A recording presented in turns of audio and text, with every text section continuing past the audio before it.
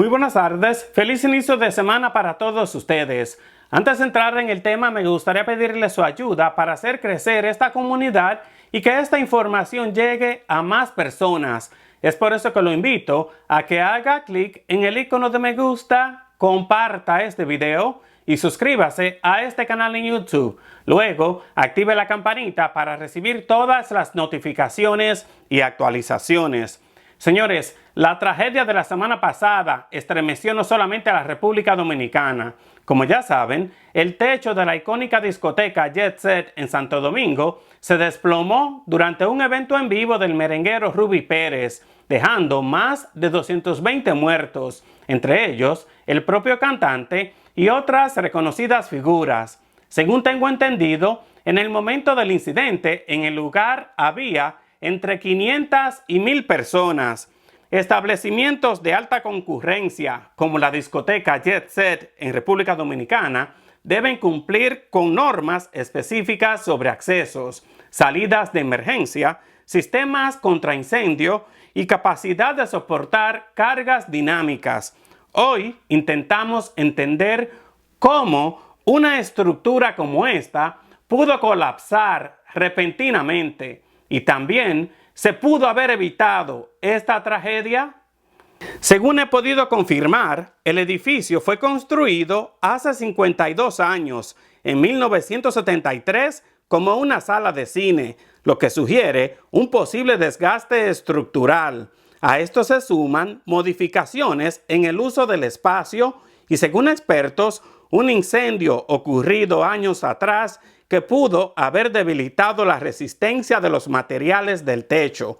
En varios videos que circulan en redes sociales, se pueden ver a empleados limpiando lo que, según muchos, son partículas de concreto, polvo de cemento y restos de materiales aislantes que desprendieron del techo.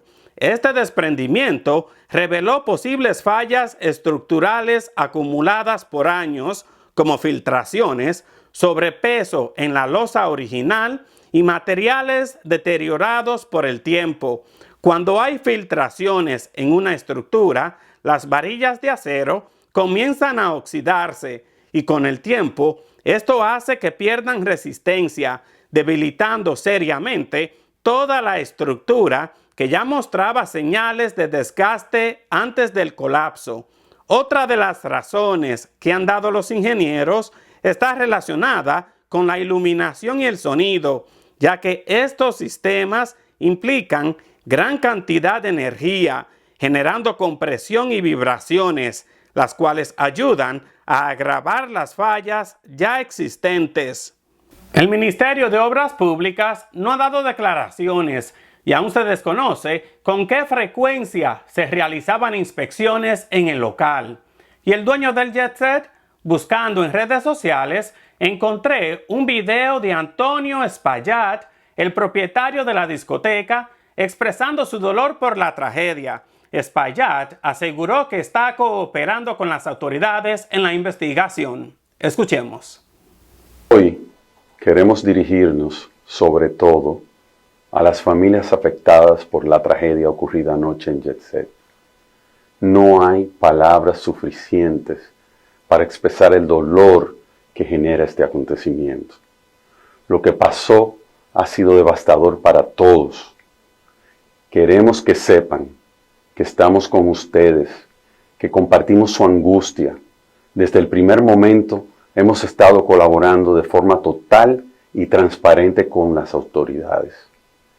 Seguimos en comunicación constante con el Centro de Operaciones de Emergencia, COE, mientras continúan las labores de búsqueda y rescate con equipos de emergencia voluntarios, personal de más de 22 instituciones. Como familia Jet Set, los acompañamos. A ustedes, madres, padres, hermanos, hijos y seres queridos de los afectados, cuentan con nosotros. Todo lo que hacemos ahora, cada decisión, cada paso, tiene un solo propósito: estar a la altura de su dolor y acompañarlos. Queremos agradecer sinceramente al presidente de la República, Luis Abinader. Su presencia en el lugar de los hechos fue un gesto claro de solidaridad. Agradecemos también el trabajo incansable de los equipos de emergencia y el respeto con que los medios y la ciudadanía han estado manejando esta situación tan delicada. Hoy más que nunca somos una familia. Gracias. Para entender mejor lo ocurrido, contacté a un destacado ingeniero civil en la República Dominicana, quien conoce los detalles de construcción de esta discoteca y quien además era visitante frecuente del lugar. El ingeniero pidió no revelar su identidad por razones personales, pero escuchemos la excelente explicación que me dio sobre lo que pudo haber pasado la fatídica madrugada del 8 de abril. Ingeniero, muchísimas gracias por su tiempo y explíqueme qué impresión le causó inicialmente el colapso del techo en la discoteca Jet Set. Mira, lo primero que pensé es que yo pude haber estado entre las víctimas. O sea, frecuento mucho el lugar, o frecuentaba mucho el lugar, y la sola posibilidad de ser uno de ellos y lo que eso podría causar a mi familia, a mi hijo, a mi mamá, a mi sobrino, principalmente a mi mamá. O sea, algo desesperante, una situación muy difícil, una situación muy crítica por lo que eso conlleva para la familia. Ahora, ingeniero, desde su perspectiva técnica, ¿qué tipo de fallos estructurales o de diseño podrían haber contribuido a esta tragedia? Bueno, emitir una opinión de forma objetiva desde fuera es un poco irresponsable de mi parte. Pero el Estado Dominicano, con sus instituciones, creó una comisión que va a investigar el caso y van a dar un diagnóstico de qué sucedió. Pero sí, te puedo decir que hubo tanto fallo como de diseño estructural como de construcción, porque de lo contrario la estructura no colapsa. Las estructuras son diseñadas para trabajar a un 45% de su capacidad de diseño. Me explico. Las mismas se diseñan, por ejemplo, para hablarte en un lenguaje llano, para que resistan 100 libras, pero en la realidad van a trabajar con 45. O sea, tú tienes un margen de 55 libras para cualquier cosa que pueda suceder. Un sismo, un impacto, una posible sobrecarga, todo eso.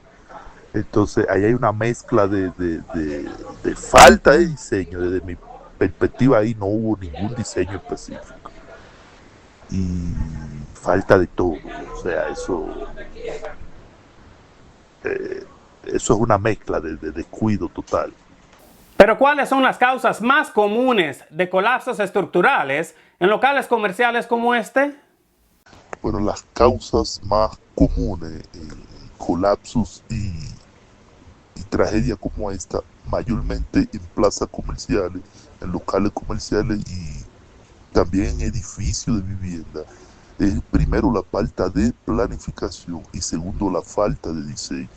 O sea, tenemos, lamentablemente, y me duele decirlo, tenemos un país donde tenemos normas y regulaciones, pero que no cumplimos. O sea, cualquiera sin ninguna supervisión, sin ninguna especificación técnica, te levanta una plaza de 3, 4, 5 niveles. Entonces, el Estado tiene que tomar asunto en esto para ver cómo se regulan las construcciones en el país. Porque lamentablemente, y es una pena decirlo, no va a ser la última tragedia que va a pasar. Por lo que te acabo de decir, hay una falta de regulación en las construcciones en el país. Ingeniero, durante mi informe mencioné el número de personas en la discoteca en el momento de la tragedia. Ahora, ¿se puede hablar de una sobrecarga de personas como un factor clave? ¿Cómo se calcula la capacidad máxima segura de un establecimiento? Mira, hablar de sobrecarga yo entiendo que sí, porque ya ha salido en los medios de comunicación que los aires acondicionados estaban encima del techo, más los tinacos llenos de agua, tinacos que pueden llevar hasta 250 galones cada uno de agua. Y si no se tomaron en cuenta en el diseño esa carga, entonces eso podría ser, eso se establece ya como una sobrecarga.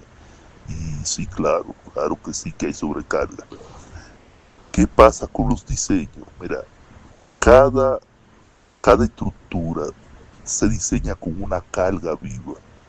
Por ejemplo, las escuelas tienen una carga viva. Las cargas vivas son las que no son permanentes en el edificio, sino que entran y salen. Entonces tú diseñas para esa carga viva.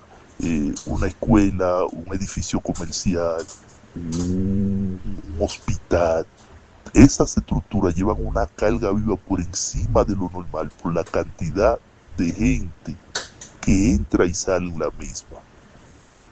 Entonces, esas estructuras llevan un diseño específico que al parecer no se tomó en cuenta, lamentablemente. Pero un punto importante, ¿podría haber habido remodelaciones que alteraron la estabilidad del lugar sin la debida autorización? Esa estructura sufrió un incendio en el 2023. ¿Qué pasa con las estructuras que sufren incendio? Que el acero a alta temperatura se fatiga. O sea, cuando te hablo de que se fatiga es que pierden resistencia. Entonces, después de ese incendio fue que ellos hicieron esa remodelación. Entonces, no sería correcto de mi parte decirte si tomaron en cuenta o no tal efecto, pero sí se incendió en el 2023, te repito, y eso pudo haber provocado una merma en la resistencia del acero, tanto de las vigas, de la columna y de las losas. Ingeniero, ¿y qué tipo de inspecciones periódicas debería recibir un local como el Jet Set? Mira, las inspecciones tienen que ser constantes. Por ejemplo, desde el sometimiento del diseño de los planos, tanto al ayuntamiento como a obra pública, y me parece, no estoy seguro, que también a medio ambiente. Esas instituciones se les somete el diseño y ellos las revisan y le dan el ok si el diseño pasa o no la prueba. Entonces, ¿qué pasa? Cuando empieza la ejecución del proyecto, dichas instituciones pasan frecuentemente a supervisar la ejecución de la misma. Pero tenemos un problema. Las instituciones acá no funcionan, lamentablemente. O sea, puede que te pase un supervisor, pero la prioridad del mismo no es supervisar la ejecución del proyecto, más bien es a ver qué dádiva se le puede pegar. Lamentablemente, y es muy difícil para mí decirlo, las construcciones las hemos relajado en este país. O sea, cualquiera te levanta un proyecto y sin norma, sin criterio, sin seguridad y sin nada. Y es una de las cosas que más daño nos está haciendo ahora mismo al sector. Cada modificación que se realice en una infraestructura tiene que ser sometida a dichas instituciones. Por ejemplo, tú puedes diseñar un edificio con X características y tú distribuyes la carga a lugares específicos. Si uno de esos lugares específicos que tú sometes la carga es un muro, y por cosa de los dueños del inquilino quieren hacer una modificación, el Estado, a través de sus instituciones, tiene que ver que dicha modificación no afecte la resistencia de ese edificio, de ese elemento, y que dicho cambio que se puedan producir vayan acorde con lo que permita el diseño estructural, que es otra de las cosas que no le damos seguimiento. Tú compras una casa, tú quita y pone, pero no hay un criterio técnico de ver qué tú puedes quitar y qué tú puedes poner. ¿Pero cree usted que hay debilidades en los mecanismos de supervisión o en la aplicación de los códigos de construcción en el país?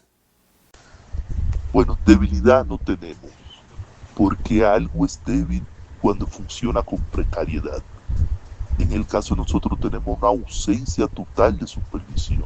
O sea, no es debilidad, no, es que no existe una supervisión adecuada del Estado hacia los proyectos de infraestructura. Y en cuanto a las normas, ingeniero, ¿quién es el responsable directo de verificar que esas reglas se cumplan? ¿El dueño, el ingeniero, el ayuntamiento o el arquitecto? Bueno, la responsabilidad inicialmente es del diseñador. Se diseña el proyecto, se somete el mismo tanto al ayuntamiento como a obra pública. Si obra pública o el ayuntamiento a nivel de su departamento técnico tiene alguna recomendación, se la hace saber al diseñador y el diseñador corrige lo que le recomienda a la institución. Entonces ya pasa a lo que es la ejecución, que ya la ejecución del mismo es una responsabilidad total del ingeniero, a tal punto de que si nosotros diseñamos y construimos un proyecto de infraestructura y colapsa como ese, nosotros tenemos personalmente o la compañía en que representamos tiene cargos civiles y penales. En este caso, estoy especulando porque no conozco, no manejo al dedillo los temas de derecho, pero entiendo que después que salen las instituciones del Estado, el 100% de la responsabilidad es de los que ejecutan el proyecto. Y tengo entendido, ingeniero, que ya empezaron las pesquisas, pero ¿qué se debe investigar primero tras un colapso como este? ¿Los materiales, el diseño, la ejecución de la obra o el uso del espacio? Mira, lo primero que tienen que revisar es el diseño y ver si el diseño cumplía con los requerimientos de carga a lo que se sometió. Entonces, si ya el diseño no funciona, pues ya ahí está el mal. Ya lo otro sería revisar y ordenar las cosas. Si el diseño cumple, entonces hay que ir a ver el proceso constructivo, a ver si lo que se construyó corresponde con lo que se diseñó. Porque muchas veces diseñan algo, presentan un diseño y en obra o en la ejecución, quien lo esté trabajando puede hacer ciertos cambios sin consentimiento del diseño, que eso corre bajo la responsabilidad de quien lo hizo. Entonces ya después, luego, lo que hay que ver la calidad de los materiales con los que se trabajó. Por ejemplo, si el techo, que en este caso es el que estamos analizando, el diseñador dice, bueno, yo quiero que mi techo tenga acero a 10 centímetros y que el concreto resista 240 kilogramos por centímetro cuadrado. Bueno, pues entonces ahí se pasa y se verifica de que el acero esté a la distancia que el diseño especificó y que el concreto resista el esfuerzo, que es la fuerza que se le aplica de la que se diseña. O sea, son esos procesos hasta ver cuál de ellos fue que falló. Y ante todo esto, ingeniero, ¿es posible determinar con rapidez si hubo negligencia técnica o administrativa? Bueno, desde el momento que colapsa el techo ya es una negligencia, ya sea de diseño o de ejecución. Ya administrativa no, porque no va una cosa de la otra. Pero sí, desde que el techo colapsa o hay una negligencia o de diseño o de ejecución, entonces ya habría que establecer una relación entre ambas para determinar cuál fue la causa definitiva. Entonces, ingeniero, sí hubo negligencia, pero ¿qué consecuencias legales podrían enfrentar los responsables si se determina que hubo violación al código estructural? Bueno, las consecuencias legales, como te expliqué anteriormente, yo entiendo, no manejo mucho el concepto jurídico, pero sí entiendo que debe haber una responsabilidad penal y una responsabilidad civil. Si se demuestra que no hubo un diseño específico, que no fue aprobado por las instituciones correspondientes y que se ejecutó sin ningún tipo de criterio técnico, entonces ahí es posible una responsabilidad penal. Y la responsabilidad civil está a vista de todo el mundo, lamentablemente. Ingeniero, ¿pero qué cambios propondría usted en las normas o su aplicación para evitar nuevas tragedias? Cambios a las normas, ninguno. Las normas existen. Lo que tenemos es que hacer que las normas y los códigos se cumplan. Si nosotros hacemos que se cumplan y ejecutamos los proyectos en base a la misma, las tragedias como esta serían mínimas, serían una mínima expresión. Pero lo principal en este momento es hacer que las normas que tenemos actualmente se cumplan.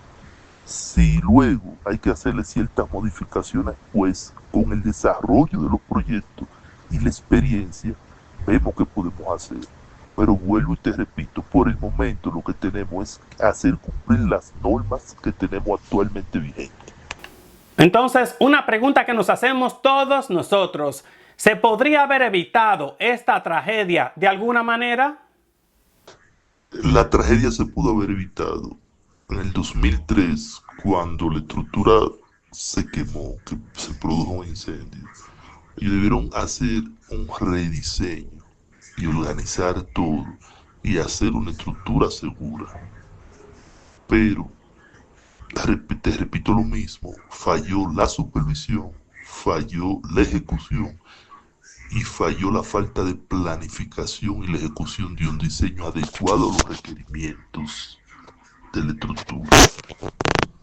Ingeniero, y finalmente, ¿qué mensaje le daría usted a los dueños de negocios y a las autoridades que deben velar por la seguridad estructural en estos espacios? ¿Cómo se podría evitar que una noche de fiesta se vuelva a convertir en una noche de tragedia? Mira, más que a los dueños de negocio, yo me inclinaría más por el Estado. El Estado tiene que hacer que las regulaciones se cumplan. El Estado tiene que tener organizaciones que velen por el bienestar del desarrollo de las infraestructuras del país. O sea, tenemos que sacarnos de la cabeza y hacer a un lado la politiquería y entender que hay cuestiones técnicas que no pueden estar en manos de personas que no estén calificadas. El Estado tiene que velar por la seguridad de sus ciudadanos.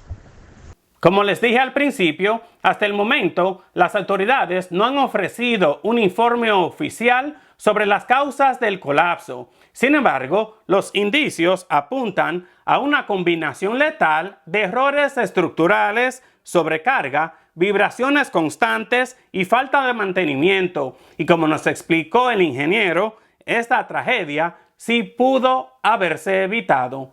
Eso es todo por hoy, agradeciéndole su tiempo y su confianza, invitándolo a que haga clic en el icono de me gusta y a que comparta este video. Y siempre recuerde suscribirse a este canal en YouTube. Yo soy Eni Pichardo y esto es Eni con Más, un breve informativo, siempre con la verdad.